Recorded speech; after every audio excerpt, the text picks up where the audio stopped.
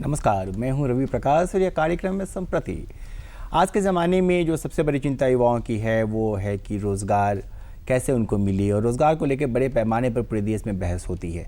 झारखंड में भी रोज़गार को लेकर कई सारी बहसें होती रही हैं और युवाओं का हर बार अभियान चलता है कि उन्हें कोई रोज़गार मिल जाता, वो स्वरोज़गार उन्हें मिल जाए या कुछ भी ऐसा काम करें जिससे उनका घर परिवार चल सके और जो पढ़ाई उन्होंने की है उसका उनको फ़ायदा मिले।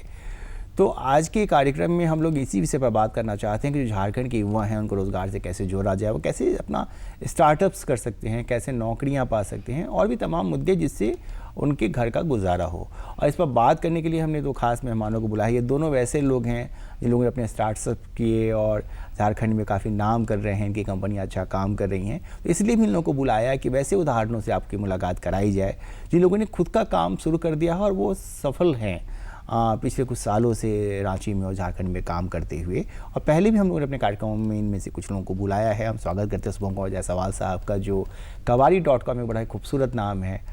इसका स्टार्टअप इन्होंने किया और आज ये सक्सेसफुल है। रांची के अलावा जमशेदपुर में भी इनका काम चल रहा है। वैद्यनाथ उरांव जी का जो अपेरा प्राइवेट लिमिटेड कंपनी चला रहे हैं और ये भी इन्होंने खुद भी स्वरोजगार किया और कई युवाओं को रोज़गार दिया है। आप दोनों ही लोग हमारे कार्यक्रम में स्वागत है।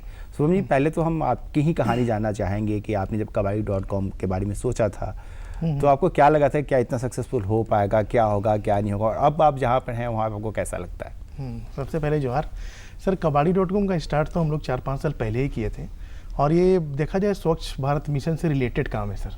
और उस समय 2017 में जब स्टार्ट किए थे तो उस समय बहुत जोर से प्राइम मिनिस्टर का हमारा चल रहा था स्वच्छ भारत मिशन। तो हम लोगों को आइडिया एक आया कबाड़ी से लेके कि कबाड़ी में भी कुछ स्कोप है। तो हम लोग ने इसके बारे में स्टडी किया और स्टडी करने के बाद जितना भी प्लास्टिक, कागज़, मेटल, जितना भी स्क्रैप होता है उसको सेग्रीगेशन कलेक्शन का काम हम लोग ने किया। और एक स्वच्छ भारत मिशन से ही हम लोग को आइडिया आया और अब गांधी जी का आइडिया को मतलब हम लोग फुलफिल कर रहे हैं। उनका जो सपना था, ड्रीम था, स्वच्छ भारत अभियान, स्वच्छ भारत, उनका ड्रीम को फुलफिल करके अब हम लोग गांधी भी कमा रहे हैं, मतलब गांधी से गांधी कमा रहे हैं। क्या बात है, क्या बात है। तो अब जब जमशेदपुर में आपने अपना काम बढ़ाया तो वहाँ पे कैसा रिस्पांस है इसका? सर अभी स्टार्टिंग है हमारा जमशेदपुर में। काफ़ी लोग अवेयर भी हो रहे हैं इस स्क्रैप को लेके, रिसाइकलिंग प्रोसेस को लेके, सेग्रीगेशन प्रोसेस को लेके थोड़ा थोड़ा लोग अवेयर हो रहे हैं, तो काम थोड़ा बढ़ रहा है सर। वैद्यनाथ जी, आप अपनी कंपनी के बारे में बताइए। जी सबसे पहले तो जोहार। और हम लोगों ने बेसिकली मैंने दिल्ली से पढ़ाई किया और उसके बाद फिर मैंने जॉब भी किया था। उसके बाद मैंने आके यहाँ पे रांची में मैं अपना स्टार्टअप कुछ करूँ, तो 2018 से मैंने अपना स्टार्टअप किया और उसके बाद से काफ़ी सारे क्लाइंट्स हमारे साथ जुड़े हुए हैं। और अभी हम लोग रिसेंटली में पटना में भी स्टार्ट किए हैं काम और दोनों अभी बिहार झारखंड को भी कवर कर रहे हैं। तो क्या काम करते हैं आपकी कंपनी? हम लोग देखिए, हम लोग का बेसिकली क्या है कि हम लोग सॉफ्टवेयर बनाते हैं और उसको मार्केट में सेल करते हैं। जैसे एग्जांपल अगर हम लोग लें तो जैसे कोई इंस्टीट्यूट है, उनको अपना मैनेज करने के लिए उसको अपना सॉफ्टवेयर चाहिए, तो उस तरीके का सॉफ्टवेयर हम लोग बनाते हैं और इंस्टीट्यूट को हम लोग प्रोवाइड करते हैं। तो ये डर नहीं लगा कि जब नौकरी छोड़ के आ रहे थे कि क्या पता करेंगे क्या होगा? डर तो लगा, लेकिन डर के आगे जीत है। तो शुभम जी, अब जो मतलब जो यूथ है आज का, जैसे आप लोग ने स्टार्टअप्स किए, वो सक्सेसफुल काम करे आप लोग पिछले कई सालों से, जो नए ज़माने के लोग हैं जो पढ़ाई के बाद उनको लगता है कि एम्प्लॉयमेंट एक बड़ा सवाल है, एम्प्लॉयमेंट हो जाए, वैसे यूथ को जो स्टार्टअप करना चाहते हैं उनको किन बातों का ख्याल रखना चाहिए? आप लोग क्या सजेस्ट करते हैं और कितने यूथ अभी काम कर रहे हैं आपके साथ? हमारे टीम में करीब 35 से 40 मेंबर्स हैं। वो लोग सबका डिवाइड किया हुआ है, कुछ मार्केटिंग में है, कुछ कलेक्शन में है, कुछ सेग्रीगेशन में है, तो सबका पार्ट अलग अलग है। 35 से 40 लोग काम कर रहे हैं। अच्छा, और दूसरी बात है, ये जो कबाड़ी है सर, स्क्रैप है। आपने दूसरा क्वेश्चन क्या किया था सर? मैंने ये कहा था कि जो लड़के पढ़ाई के बाद एम्प्लॉयमेंट के लिए आते हैं उनको एम्प्लॉयमेंट कैसे मिले, कैसे वो इनकरेज हो स्टार्टअप से लेके, ये मैं पूछना चाहता हूं। सबसे पहले होता है कि कोई भी जो भी आइडिया हो, पढ़ के आए हैं, उनका ब्रीफ नॉलेज होना चाहिए, डीप नॉलेज होना चाहिए। ऐसा नहीं कि कोई भी वीडियो देखे तो मैं काम स्टार्ट कर लूँगा, ये कर लूँगा। थोड़ा सा स्टेप बाय स्टेप काम करना चाहिए। कुछ भी काम करने के लिए पहले कोई भी बिजनेस हो, कोई भी स्टार्टअप हो, पहले खड़ा करना चाहिए, फिर उसके बाद बड़ा करना चाहिए। लोगों का दिमाग होता है कि नहीं, सबसे पहले मैं बड़ा करूँ, तो पहले स्टेप बाय स्टेप खड़ा हो, फिर दौड़ो आप, पहले फिर आपको बड़ा करो। खड़ा करना होगा, फिर आप पहले उसको खड़ा बड़ा करो। करने की कोशिश बिल्कुल करिए। बिल्कुल, आज का यूथ भी यही है कि भाई कोई यूट्यूब देख के एकदम चार्ज अप हो गए और ये काम स्टार्ट कर दिए, लोन ले लिए, फादर से ले लिए, पेरेंट्स से ले लिए, उसके बाद सारा लॉस हो जाता है, फिर वही आके स्टार्टअप फेल हो जाता है। यही रीजन है कि हमारे स्टार्टअप को डीप नॉलेज नहीं हो पाता है और शुरू से ही बड़ा सोचने लगते हैं कि भाई बड़ा कर लेंगे। तो वही हमारे साथ हुआ कि स्टेप बाय स्टेप चले। मैं उनको यही मैसेज देना चाहता हूँ कि जो भी बिजनेस करें पहले खड़ा करें, फिर बाद में बड़ा करें। अच्छा, जब स्वच्छ भारत अभियान चल रहा था, जब आपने कबाड़ी.com के बारे में सोचा, तो आपको लगा कितना रिस्पांस मिलेगा और लोग आएंगे? क्योंकि कबाड़ी तो लोग ऐसे ही सड़क आ जाता है घर पे और लेके चला जाता है और बिक जाता है वो। जी सर, ये कबाड़ी से रिलेटेड मेरे पेरेंट्स भी जब मैं स्टार्ट किए हैं, शुरू में तो मेरे पेरेंट्स हाथ खड़ा कर दिए कि बेटा, जब मेरी शादी नहीं हुई थी सर, मेरे फादर का ये कहना था कि बेटा मैं जब लड़की मांगने जाऊंगा तो मेरा बेटा MBA करके कबाड़ी का काम करा, क्या हाथ मतलब लड़के का पापा के पास क्या मुंह लेके जाऊंगा कि मेरा बेटा कबाड़ी का काम करता है, लोग हंसेंगे। तो बहुत मैं थोड़ा सा फ्रस्ट्रेट हो गया था अपने लाइफ को कि कबाड़ी का, लेकिन इस पर मैं स्कोप लाया सर। जो भी कबाड़ी था, हम लोग जैसे रेस्टोरेंट में एक मेन्यू होता है उस तरह का हम लोग रेट चार्ट रखा है। प्लास्टिक का जितना भी कॉपी, किताब, न्यूज़पेपर, ई वेस्ट का, मेटल का, सारा हम लोग रेट चार्ट, बिल्कुल स्कोप नया लेके आए और एक नया जर्नी है सर इसके कबाड़ी का। ये तो ये इन चीज़ों को आप कहाँ बेचते हैं? सर ये अभी हम लोग प्रेजेंट में इसको रिसाइकलिंग, सारा प्रोडक्ट आज का रिसाइकलिंग हो जाता है सर। प्लास्टिक से गल के फिर से प्लास्टिक बन रहा है, कागज फिर से गल के बन रहा है, टेक्नोलॉजी चेंज हो गया। लेकिन अभी प्रेजेंट में हम लोग रिसाइकलिंग नहीं कर रहे हैं सर, केवल हम लोग कलेक्शन कर रहे हैं। कलेक्शन करने के बाद सेग्रीगेशन कर रहे हैं, सेग्रीगेशन के लिए फर्दर रिसाइकलिंग के लिए हम लोग दूसरे फैक्ट्री में भेज रहे हैं सर। अच्छा, रिसाइकलिंग आप कहीं और से करा? जी, कैसे और जो ऑथराइज रिसाइकलर है उनसे करा रहे हैं सर। वैद्यनाथ जी, आप लोग कैसे अपने स्टार्टअप को बढ़ाया अपने पिछले 4-5 सालों में? देखिए, बेसिकली तो हमारा डिजिटली से रिलेटेड है, क्योंकि अभी जितनी भी कंपनियां ओपन होती हैं उन लोगों को वेबसाइट, सॉफ्टवेयर, इन सब का नीड होता है। तो मार्केट काफ़ी बड़ा है इसका। तो हम लोग भी आ गए यहाँ पे रांची में, और रांची में अगर देखें तो बहुत कम ही कंपनी है जो प्राइवेट लिमिटेड है और अच्छे से रन कर रही। क्योंकि अगर देखें तो ये जो कोविड सेशन जो आया था, इस बीच बहुत सारी कंपनियां बंद हो गई, बट हम लोग अभी भी चला रहे हैं और काफ़ी अच्छे से रन कर रहे हैं। तो एक ये चैलेंज नहीं लगा कि सॉफ्टवेयर की तो बड़ी बड़ी कंपनियां हैं, बड़े बड़े प्लेयर्स हैं? देखिए, अगर हम लोग देखें तो बड़ी बड़ी कंपनियों का रेट भी उसी तरीके का होता है, और अगर हम लोग देखें तो लोकल मार्केट में हम लोग काम करें तो हमारा रेट इसी मार्केट के हिसाब से होता है। तो आप लोग जो अपने पार्टनर्स को चुनते हैं, जो यूथ आपके यहाँ एम्प्लॉयमेंट जिनको आपने दिया हुआ है, वो कौन से लोग हैं? उनको कैसे चुना? वो कितने जो हैं काम के लायक हैं आपके? देखिए, हम लोग बेसिकली फोकस करते हैं, जैसे कोई भी BCA या MCA के स्टूडेंट होते हैं, हम लोग उन लोगों के जनरली काम पे रखते हैं या हायर करके रखते हैं, क्योंकि उसके अलावा तो कोई भी और प्रोग्रामिंग कर नहीं सकता। तो कितने लोगों की टीम अभी आपकी है? अभी हमारे पास 25 to 26 की टीम है। और कितना काम मिल जाता है आपको? काम अगर हम लोग देखें तो मंथली के हिसाब से लगभग अप्रॉक्स 100 काम्स मिल जाते हैं। तब तो काफ़ी अच्छा है कि आप रांची शहर में रह के 100 अगर काम आपको मिल रहा है तो जो आज का यूथ है जो MBA करता है या MCA करता है या फिर दूसरी पढ़ाइयाँ करता है, और कुछ लोग तो चले जाते हैं कॉम्पिटिशन की तैयारी करने, कुछ लोगों को लगता है कि नहीं भाई हमको अपना स्टार्टअप करना चाहिए, वैसे लोगों को क्या से किन बातों का ख्याल रखना चाहिए स्टार्टअप शुरू करते वक्त? मैं अपना एक्सपीरियंस बताता हूँ। मेरे लाइन में अगर किसी को स्टार्टअप करना है तो उन लोगों को कुछ दिन जॉब करके देख लेना चाहिए, क्योंकि अगर वो लोग जॉब करते हैं तो ट्रेंड हो जाते हैं।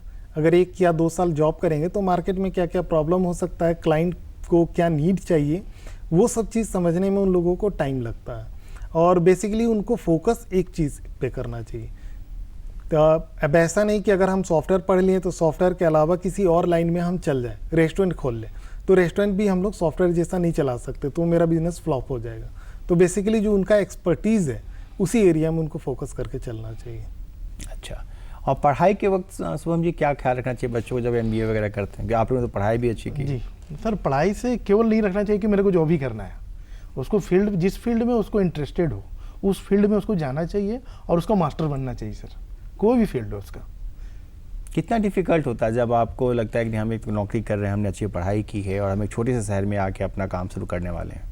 कितना डिफिकल्ट है, कितना चैलेंजिंग? जॉब के लिए जब हम लोग MBA करके आए थे, जब मैं अपना एक्सपीरियंस में बताता हूँ, यहाँ पे 10-15 हज़ार की जॉब नहीं मिली सर स्टार्टिंग में। जब यहाँ मैं दिल्ली से जब शिफ्ट रांची किया अपने घर में, होम टाउन में, तो 15 हज़ार की भी जॉब नहीं मिल रही थी सर। तो मुझे कुछ लगा कि कुछ स्टार्ट नया करना है, तो अभी टीम में सारे लोग काम कर रहे हैं सर, अच्छा लगता है, इनको रोजगार भी दे रहे हैं। और जो नए लड़के हैं जो अभी पढ़ाई करें, उनको क्या कहना चाहेंगे, कैसे अपने अनुभवों से उनको कौन से केवल experience बताना गवर्नमेंट जॉब के भरोसे नहीं बैठना चाहिए सर। कुछ अपना भी स्टार्टअप, कुछ अपना भी आइडिया लेके आना चाहिए। बहुत स्कोप है सर, अभी इंडिया में ले जाए बहुत सारे स्कोप है। आप देख रहे हैं अगर छोटा काम लोग पढ़ लेते हैं तो सोचते हैं कि नहीं छोटा काम करेंगे तो लोग हंसेंगे, क्या सोचेंगे, फैमिली क्या सोचेगा, परिवार क्या सोचेगा, पड़ोसी क्या सोचेगा, उनका टेंशन नहीं लेना चाहिए। जो कहना है कहना चाहिए, छोटा ही काम से स्टार्ट करना चाहिए और एक छोटा से ही बड़ा स्टार्टअप कर सकता है सर। तो माइंडसेट लोगों को चेंज करना होगा सर कि हम MBA कर लिए, हम BTech कर लिया, हम MTech कर लिए तो नहीं भाई छोटा काम नहीं कर पाएंगे, ये नहीं काम करेंगे।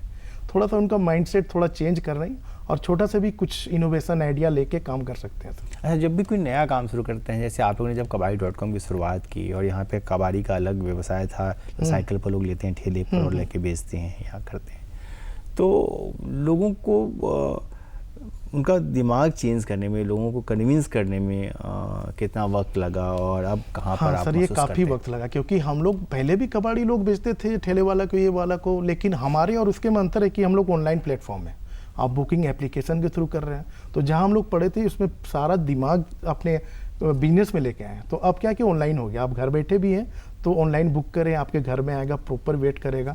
और जो भी जैसे रिक्शा वाला, ठेला वाला आता है सर, मेरा अपना खुद का एक्सपीरियंस बताता हूँ। जब मैं जॉब के लिए यहाँ पे रांची में भटक रहा था तो आप बिलीव नहीं करेंगे, एक रिक्शा वाला को मैंने बताया, थोड़ा सा लंबा है, एक नहीं बिल्कुल ठीक बताइए। है, 1 मिनट मैं बताऊँ। मैं एक रिक्शा वाला को मैं बुलाया कि भाई कुछ काम करना है, आप करोगे? मैं बोला 8-10 हज़ार दूंगा, मैं कुछ काम करना है। मैं इसी वर्बली उससे बात किया तो उन्होंने बोला कि मैं 25 से 30 हज़ार ठेला से कमाता हूँ, आपके यहाँ 8 से 10 हज़ार का नौकरी नहीं कर पाऊंगा। तो मैं सारे मतलब 25-30 जितने भी वेंडर रिक्शा वाला जो घूमते हैं घर से घर, तो उनसे मैं पूछा तो सारे का यही था कि मैं 25 से 30 हज़ार 35 हज़ार कमाता हूँ। और मैं अपने आप में मैं सोच रहा हूँ कि मैं MBA करके मुझे 15 हज़ार का जॉब नहीं मिल रहा है और वो आदमी जिसके शरीर से बदबू आ रहा है वो 30 से 40 हज़ार कमा रहा है। तो मुझे आया कि भाई इसमें क्या है। जब मैंने जानने का कोशिश किया तो आदमी के पास, लोगों के पास ऑप्शन ही नहीं था कि कबाड़ी को कहाँ पे सेल करें। जो भी रेट दिया, 100-200 भी दिया तो लेके चले जाते थे, और एक्चुअल में उसका 1000 रुपये का स्क्रैप भी है तो 200 रुपये। आदमी के पास ऑप्शन ही नहीं था और उसके पास वो निगोशिएट करता ही नहीं था, वो उठा के ले जाता था, तो उसको अच्छा मार्जिन आ जाता था। तो हम लोग को आइडिया यहीं से आया कि भाई वहाँ से भी हम लोग रोजगार लेके आए उस चीज़ को, और लोगों का जो प्रॉब्लम था उसको भी सॉल्व कर रहे हैं, क्योंकि उनका वेट वगैरह का भी वेइंग स्केल भी उन लोग प्रॉपर वेट नहीं करते थे और सही जगह से पहुंचाते भी नहीं सर। अब मान के चलिए जो भी ई वेस्ट वगैरह, कीट वगैरह है, तो वो लोग हम लोग सही रिसाइकलर के पास देते हैं और उनका जो वैल्यूएबल नहीं होता उनको रास्ते में फेंक देते हैं, कहीं डंप कर देते हैं, तो वो भी एक बड़ा प्रॉब्लम है सर। ई वेस्ट का कितना बड़ा कबाड़ है, कितना वॉल्यूम है? ई वेस्ट का मार्केट में निकलता है सर, रांची में आता है, लेकिन बहुत ज़्यादा नहीं है। लेकिन मोबाइल हो गया, CPU हो गया, ये सभी वेस्ट है जो गवर्नमेंट कलेक्शन कराती है इसको। अच्छा, और जो सॉफ्टवेयर की कंपनियां हैं तो ज़्यादातर झारखंड और बिहार से राज्यों में, या उड़ीसा या जो आसपास के बंगाल वगैरह, बंगाल तो तब भी कलकत्ता की वजह से काफ़ी समृद्ध है, लेकिन जो बिहार है या जो रांची झारखंड है, किस तरह के सॉफ्टवेयर में लोगों की रुचि है, क्या चाहते हैं लोग? जैसे नॉर्मली क्या है कि अपने बिजनेस को बस मैनेज करने के लिए जनरली सॉफ्टवेयर वो लोग बनवाते हैं। जैसे अगर हम लोग यहाँ पे देखें तो आपको रांची में आपको कंपनी मिल जाएंगी, लेकिन अगर आप यहाँ से थोड़ा बाहर निकलते हैं, जैसे आप चल जाते हैं गुमला, सिमडेगा, लोहरदगा, तो इन सब जगहों पे आपको सॉफ्टवेयर की कंपनी नहीं मिलेगी। तो बेसिकली हम लोग का फोकस छोटे शहर ही है, तो हम लोग वहाँ से काम उठाते हैं और यहाँ से डिलीवर करते हैं। तो जब आपने शुरू किया अपना काम तो उसकी कुछ कहानी बताइए 1 साल की, कि कहाँ दिक्कतें हुई, कभी लगा कि भाई करें नहीं करें, कैसे? शुरू में तो हम लोग को लगा, क्योंकि इससे पहले मैं एयरटेल में था गुड़गांव में, तो वहाँ सैलरी पैकेज भी अच्छा था और पेरेंट्स भी काफ़ी खुश थे। और जब मैं वहाँ से यहाँ पे आया अपना स्टार्टअप करने के लिए, तो पेरेंट्स तो पहले तो नाराज़ हुए कि भाई तुम इतना अच्छा सैलरी पैकेज, इतना अच्छा कंपनी में छोड़ के अब रांची जैसा शहर में आ रहा, तो वो नाराज़ थे। और वो बिहार से हैं तो बिहार वाला थोड़ा कल्चर है कि मेरा बेटा इंजीनियर है, किस कंपनी में? एयरटेल में। तो वो उनको बोलना ज़्यादा अच्छा लगता था कि एक कंपनी का स्टार्टअप किया उससे। लेकिन हम लोग लगे रहे और उसमें शुरू में तो बहुत प्रॉब्लम आया, क्योंकि यहाँ पे मार्केट में काफ़ी कंपटीशन था रांची में।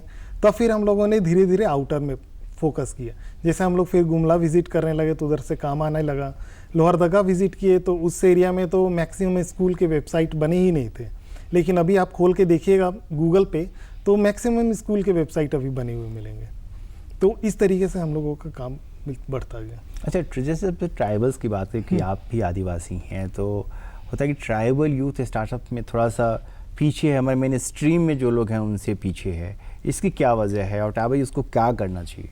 देखिए बेसिकली इसकी वजह है कि एक फाइनेंशियली भी हम लोग बोल सकते हैं, क्योंकि फाइनेंशियली वो लोग थोड़े वीक होते हैं और पेरेंट्स का सपोर्ट एकदम ना के बराबर होता है। से मेरे फादर तो गवर्नमेंट जॉब में थे वो खुद, तो वो थोड़ा सपोर्ट किए, हालांकि थोड़ा नाराज़ थे लेकिन सपोर्ट किए, इसीलिए हम लोग कर पाए। जो पेरेंट्स के सपोर्ट की बहुत ज़रूरत है। बहुत आपको सपोर्ट मिला पेरेंट का, आपको तो नहीं मिला शुरू में, तो आपने फिर कैसे मैनेज किया ये सब कुछ? जब मैं टीवी में आया तो सर आप बिलीव नहीं करेंगे, जब मैं टीवी में आया तो मेरी मम्मी बोली कि अब तो पड़ोसी नहीं जानते, तब पड़ोसी भी जानने लगे कबाड़ी का काम करते हो। तो कन्विंस हुए सर, जब अच्छा खासा थोड़ा सा देखे कि भाई ऑफिस अच्छा खोल लिया, अच्छा मतलब काम चल रहा है, तो पेरेंट्स सब खुश है सर। फिर शादी वादी जब हुई तो क्या? शादी अच्छा हुआ सर, लड़की भी अच्छी मिली, शादी भी अच्छा हुआ। तो लोगों ने ये नहीं कहा कि कबाड़ी का काम करते हो? नहीं सर, अब चेंज हो गया ना, माइंड में चेंज कर दिया सर, ठीक है। चेंज कर दिया। अब मुझे ये बताइए कि जैसे जो स्टार्टअप्स हैं, चूँकि आप भी मेल हैं, आप भी मेल हैं, कई सारी फीमेल्स हैं इस देश में जिनका काफ़ी नाम है, उन लोगों ने काफ़ी बड़ी बड़ी कंपनियां बनाई या बड़ी बड़ी कंपनियों में बड़े पदों पर हैं, जिनकी चर्चा होती है। जो हम जैसे राज्य हैं, झारखंड जहाँ छोटा है, जहाँ के पैसा कम है, आबादी अलग अलग जगहों पे बिखरी हुई है, यहाँ पे महिलाएं कितना compete कर पाती हैं मेल्स से स्टार्टअप के मामले? महिला का देखा जाए सर, कुछ तो हमारा जो पुराना सोच है ना, तो उनका थॉट थोड़ा सा मिलता जुलता नहीं है सर। अब मैं अपना एक्सपीरियंस मैं शेयर करना चाहता हूँ। जितनी महिला होती है ना, मतलब ज़्यादा पूजा पाठ करती है सर, मेरा जहाँ तक एक्सपीरियंस है। इतना गॉड को मानो, मैं ये नहीं दिक्कत है, लेकिन दिन भर आप 2 घंटा पूजा करो, ये करो और वो करो, ये सब में थोड़ा ज़्यादा फोकस नहीं कर पाती है। और अगर टाइम देखा जाने कि 9 to 6 आपको जॉब करना है या कुछ स्टार्टअप करना है, तो लगन जो होता है ना, वो चीज़ नहीं कर पाती है लेडी सर, पुरुषों के मुकाबले। हाँ, पुरुष के मुकाबले, कि मेरे को ये चीज़ करना है तो मुझे करना है, थोड़ा सा पुराना सोचती हैं वो लोग। अच्छा, आपको क्या लगता है? मुझे लगता है कि जैसे महिलाएं, मैं एग्री हूँ शुभम जी से, और महिलाओं में एक और प्रॉब्लम है, जैसे कि अगर हम लोग को इंस्टेंटली कहीं भी विजिट करना रहा तो हम लोग एकदम आसानी से जा सकते हैं। वो तो थोड़ी परेशानी है भाई, वो सारी इस चीज़ में सबसे ज़्यादा परेशानी होती है महिलाओं को। नहीं, तो प्लान करने में कहाँ दिक्कत है? मैं ये समझना चाह रहा हूँ कि अगर जैसे आप प्लान करते हैं कि हमें kabadi.com खोलना है, या मैंने प्लान किया कि मुझे एक सब्जी वाला .org खोलना ऐसा है है कि फैमिली सपोर्ट भी नहीं मिल पाता है। सपोज उनके हस्बैंड कैसे मिलते हैं कि हस्बैंड को कन्विंस कर पाए कि नहीं, सास ससुर को कन्विंस कर पाते हैं कि नहीं, और छोटा बच्चा भी होता है तो उनको भी थोड़ा सा टाइम देना पड़ता है, इस कारण थोड़ा मुझे लगता है कि आगे नहीं बढ़ पाती हैं। अच्छा, एक सवाल मैं ये लेना चाहता हूँ, जैसे जब कोई बच्चा पढ़ता है, जब वो ग्रेजुएट हो जाता है, चाहे वो मैनेजमेंट में हो, चाहे वो इंजीनियरिंग में हो, चाहे वो किसी आर्ट्स या साइंस के किसी दूसरे सब्जेक्ट से हो, तो जब बच्चे मतलब जब ग्रेजुएट होने लगते हैं, उस वक्त से उनको क्या ख्याल रखना चाहिए, कैसे अपने आप को फोकस करना चाहिए, कैसे सोचना चाहिए ताकि उनकी जो आगे की ज़िंदगी है वो ठीक? सर ग्रेजुएशन से पहले से ही सोचना चाहिए सर। कब से सोचना चाहिए? 12th से ही सोचना चाहिए कि किस फील्ड में जाना है उसको, या अगर बिजनेस करना है तो बिजनेस का पढ़ाई करो, अगर आईटी में जाना है तो आईटी का पढ़ाई करना चाहिए, पहले से ही सोचना चाहिए, क्योंकि पहले गाइड बहुत जरूरी है सर कि हमको किस फील्ड में जाना है।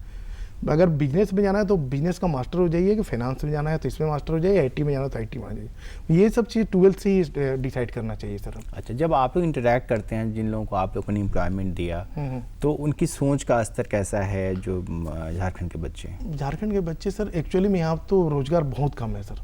अगर हम लोग किसी जॉब के लिए 10 से 15 हज़ार के लिए जॉब के लिए वैकेंसी निकालते हैं, अगर 2 एम्प्लॉय के लिए, तो लगता है मुझे 30 से 40 आते हैं इंटरव्यू के लिए, इतना बेरोजगार है सर। और बच्चे को जानकारी है, जितना भी आते हैं हमारे एम्प्लॉय हैं तो उनको उनके हिसाब से काम हम लोग बांट देते हैं। अगर वो आईटी सेक्टर से है तो उनको एक्सेल में सारा वर्क दे देते हैं, और कोई मार्केटिंग है तो मार्केटिंग के थ्रू देते हैं। काम में सब अच्छे काम करते हैं सर, काम कमाए लोग हैं, काम करने के लिए लोग हैं सर यहाँ पे, अच्छे सोच वाले हैं, ईमानदार भी हैं, ऑनेस्टी भी हैं, ये भी चीज़ है सर। अच्छा, एक होता है कि नहीं, ठीक है, पेरेंट का सपोर्ट नहीं मिला फिनेंशियल, अगर तो कई सारी योजनाएं हैं सरकार की जिसमें फिनेंशियली सपोर्ट मिलता है और आप स्टार्टअप शुरू करते हैं, क्या ऐसा मिल पाता है, कैसे सब कुछ होता है? देखिए, अगर देखें तो झारखंड का भी स्टार्टअप का बहुत सपोर्ट मिलता है गवर्नमेंट की तरफ से, तो वहाँ से भी फंड लेके लोग स्टार्टअप कर सकते हैं, लेकिन उसको भी स्टार्ट करने के लिए उनके पास थोड़ा फंड तो होना चाहिए, ताकि वो कंपनी अपना रजिस्टर्ड कर सके या एक छोटा ऑफिस ले सके इसके लिए खुद से थोड़ा सा इन्वेस्ट करना ही पड़ेगा। अच्छा, एक मुझे बताइए, जैसे मान ली कोई एक अनजान सा आदमी, जैसे मैंने मान ली MBA कर लिया, मुझे कोई जानकारी नहीं है और मैं चाहता हूँ कि मैं एक स्टार्टअप करूँ, और वो आपके पास आता है, मैं आपसे पूछूंगी मुझे करना है सर, मुझे कैसे करना चाहिए, तो आप मुझे क्या सलाह देंगे? पहले तो मैं आपसे पूछूंगा आपका एक्सपर्टीज़, आप क्या कर सकते हैं, आपके बारे में डिटेल लूँगा, तो फिर मैं आपकी एक्सपर्टीज़ जो होगी उसी के अकॉर्डिंग आपको सलाह दूंगा। ठीक है। फिनेंशियल जो बर्डन है वो कैसे ठीक देखिए होता सर, किसी भी बैंक में लोन लेने जाएंगे ना, लोन मिलता नहीं है सर, बहुत भाग दौड़ करना पड़ता है। कितना भी स्कीम आए गवर्नमेंट का, ये आए, उनका कहना है कि आप मॉर्गेज क्या देंगे। सपोज मेरा घर गुमला चैनपुर में है, ठीक है, मुझे रांची में लोन लेना है, तो बैंक वाला कहता है कि आप गुमला चैनपुर में जाइए क्योंकि आपका घर वहाँ पे है। तो बैंक वाले को कन्विंस करना बड़ा मुश्किल होता है सर, क्योंकि उनको मॉर्गेज का दिक्कत होता है सर। तो अब मेरा घर चैनपुर है, मुझे रांची में बिजनेस करना है क्योंकि शहर मेरा रांची ही है, तो मेरे पास यहाँ पे घर नहीं है, तो प्रॉब्म होता है सर लोन। ये दिक्कतें हैं लोन लेने में स्कीम के लिए। Yes sir. तो क्या ऐसा भी होता है कि जैसे पार्टनरशिप का जो व्यवसाय होता है, जैसे 4-5 लोग मिलके एक पार्टनरशिप में एक कंपनी बनी, 3-4 लोग डायरेक्टर हैं और फिर हमने कंपनी खोल दी, पार्टनरशिप का बिजनेस कितना फ्रूटफुल है? मुझे नहीं लगता कि पार्टनरशिप का सबका अंडरस्टैंडिंग अगर पांचों पार्टनर्स का मिलता हो तो ही सक्सेस करेगा सर। बिकॉज एक पार्टनर ज़्यादा हार्ड वर्क कर रहा है, एक पार्टनर कम हार्ड वर्क कर रहा है, तो थोड़ा सा प्रॉब्लम आ सकता है। तो जो भी अंडरस्टैंडिंग अगर पांचों का अगर मिलके कंपनी बनाना है तो पांचों का अंडरस्टैंडिंग मिलना जरूरी है, तभी वो आगे ग्रो कर पाएगा सर। अच्छा, एक सवाल ये आप दोनों लोगों से कि आइडियल कंडीशन क्या होना चाहिए किसी स्टार्टअप के लिए? आइडियल कंडीशन से मुझे करना है तो एक आदर्श की नहीं, ये तो करना, ये एक फार्मूला अगर मैं पूछूं कि आपने अपना एक सक्सेसफुल मॉडल शुरू किया है, क्या फार्मूला होना चाहिए, क्या आदर्श स्थिति क्या है? सर, किसी भी बिजनेस या किसी भी स्टार्टअप खड़ा करने के लिए आपको सबसे पहले तो नॉलेज चाहिए। अगर YouTube में आप वीडियो देखें, हज़ारों वीडियो मिल जाएगा, ये नहीं भाई मैं चाय बेचूंगा, मैं कबाड़ी चुनूंगा, मैं फलना करूंगा, ये करूंगा, उससे नहीं होता था। आपको देखना होगा चाहिए कि कस्टमर का नीड क्या है, ज़रूरत क्या है। जैसे आप रांची में रह रहे हैं तो रांची में क्या नीड है लोगों का, जिन्हें इन्होंने बताया बैजनाथ जी की सॉफ्टवेयर, छोटे छोटे स्टॉल, छोटे छोटे स्कूल हो गए, ईटा भट्टा हो गया वगैरह, कोई ये लोग सॉफ्टवेयर सेल करते हैं। तो सबसे पहले हम लोग को समझना होगा कस्टमर का नीड क्या है, उनके ज़रूरत के हिसाब से हम लोगों को वहाँ पे स्टार्टअप प्रेजेंट करना पड़ेगा, तभी ये स्टार्टअप ग्रो हो पाएगा सर। अभी हम लोग जब बात कर रहे हैं तो अभी पिछले 3-4-5 दिनों में एक बड़ा वीडियो वायरल हो रहा है, पटना की एक लड़की जिसने पढ़ाई करके BHU से और चाय की दुकान खोली है पटना वीमेंस कॉलेज के बाहर, और इस तरह के बहुत साधारण प्रयोग लड़के कर रहे हैं नए ज़माने के। बहुत ज़्यादा। आप लोग जब पढ़ते थे, क्योंकि हालांकि आप लोग भी इसी मतलब हाल के बच्चे हैं और हम लोग कहेंगे हम लोग कुछ उससे पहले हम लोगों ने पढ़ाई की, हमसे पहले कुछ और लोगों ने पढ़ाई की, फिर भी ज़माना तो लगातार बहुत तेज़ी से बदल रहा है। तो पहले की पढ़ाई के तरीके में, सोचने के तरीके में, आज के बच्चों की पढ़ाई और सोचने के तरीके में, इसमें कितना फ़र्क आप लोग को महसूस होता है? अब तो डिजिटल हो गया सर सारा पढ़ाई और हम लोग जो पढ़ते थे बुक में पढ़ते थे तो थोड़ा तो चेंज हुआ है सर। हम लोग जितना, अब मेरे फादर जो इतना पेरेंट्स स्ट्रगल किए हैं सर, हम लोग नहीं कर पाए, और जो हम लोग किए अब के यूथ, मुझे नहीं लगता उतना स्ट्रगल कर रहा होगा, मुझे नहीं लगता। मैं अपना एक्सपीरियंस में बता सकता हूं। आपके तो जितने बच्चे होंगे वो तो आधा से ज़्यादा टाइम तो मोबाइल में ही पढ़ते हैं। जो कई बच्चे तो मोबाइल में वीडियो गेम्स वगैरह बना रहे हैं, स्टार्टअप उनका उसमें चल रहा है। जैसे मेरे एक दोस्त हैं, उन्होंने कहा कि भाई मेरा बेटा बीटेक किया और बचपन से मोबाइल पे वीडियो गेम खेलता था, मतलब वीडियो गेम खेलता था और वह वीडियो गेम्स बनाता है जर्मनी में रह के, और जिसकी उसने पढ़ाई की उससे उसको कोई फ़ायदा नहीं हुआ, उसकी जो रुचि थी उससे उसने फ़ायदा उठाया। तो जो रुचि होती है लोगों की, वो कितना इम्पैक्ट करती है आपके बिजनेस को या आपके सोचने के तरीके को? हाँ, अगर जिस चीज़ में रुचि है सर, केवल टाइम वेस्ट करना, केवल मोबाइल में देना, केवल रुचि वो चीज़ नहीं होता है। प्ले भी, खेलना भी जरूरी है सर, हेल्थ के लिए सब चीज़ जरूरी है, खेलना भी चाहिए, मोबाइल भी देखना चाहिए, तो वो चीज़ जरूरी है सर। ठीक है। और लोगों का, पेरेंट्स का भी सोच बदल गया सर। अगर पेरेंट्स को थोड़ा बच्चा को स्ट्रगल कराना चाहिए सर। कोई बच्चा थोड़ा सा धूप आया तो मम्मी पापा बड़ा दुलार प्यार, इतना लाड करने लगता है कि बच्चा को स्ट्रॉन्ग बनने ही नहीं देते। अगर मेरे थॉट से कोई बच्चा आया थोड़ा सा एकदम इतना दुलार लाड प्यार होता है सर, थोड़ा सा बच्चा को जब तक आप थोड़ा सा कठिनाई नहीं देंगे तो बच्चा स्ट्रॉन्ग नहीं होगा सर। चलिए, हमारे कार्यक्रम में सिर्फ 2 मिनट का वक्त है, तो मैं कुछ सवाल नहीं पूछूंगा आपसे। मैं ये कहना चाहता हूँ कि अगर आप कुछ कहना चाहते हो युवाओं को, कुछ संदेश देना चाहते हो तो प्लीज़ कहिए। हाँ, मैं युवाओं को जितना भी पढ़ाई कर रहे हैं, चाहे स्टार्टअप करना चाहते हैं, तो उनको मैं यही संदेश देना चाहता हूँ कि जो भी बिजनेस स्टार्टअप करे उनके लिए पूरा ब्रीफ नॉलेज होना चाहिए ये नहीं कि भाई ऐसा ऐसा ऐसा ऐसा यूट्यूब में देखे चार्जअप हो गए। तो उनको नॉलेज होना चाहिए, नॉलेज के भाई स्टेप बाय स्टेप वर्क करना चाहिए। या तो फिर कहीं से लोन लेंगे, या तो आप लॉस हो जाएंगे, या कंपनी आपकी डूब जाएगी। तो पहले स्टेप बाय स्टेप करें, खड़ा करें, फिर बड़ा करें। बस आप वैद्यनाथ जी? मैं ये कहना चाहूँगा कि वो लोग जो भी बिजनेस स्टार्ट कर रहे हैं, जिससे भी रिलेटेड, पहले वो लोग मार्केट को समझे, कंज्यूमर को समझे, देन फिर अपना स्टार्टअप को वो लोग आगे बढ़ाएं, तब जाके सक्सेस, तब जाके वो सक्सेस करेंगे। चलिए, आप दोनों लोगों का बहुत बहुत धन्यवाद। काफ़ी अच्छी बातचीत हुई। मुझे पूरी उम्मीद है कि जो युवा इस कार्यक्रम को देख रहे होंगे उनको हमारी बातचीत अच्छी लगी होगी। और अगर आप भी सोच रहे हैं स्टार्टअप्स का, तो आप सोचिए और अच्छे से उस पर काम करके अपने स्टार्टअप को लागू करिए, तो आपका मॉडल भी जो है सक्सेसफुल होगा। और मुझे अब इस कार्यक्रम को रोकने की इजाज़त दीजिए। अगले सप्ताह आपसे फिर मुलाकात होगी। नमस्कार।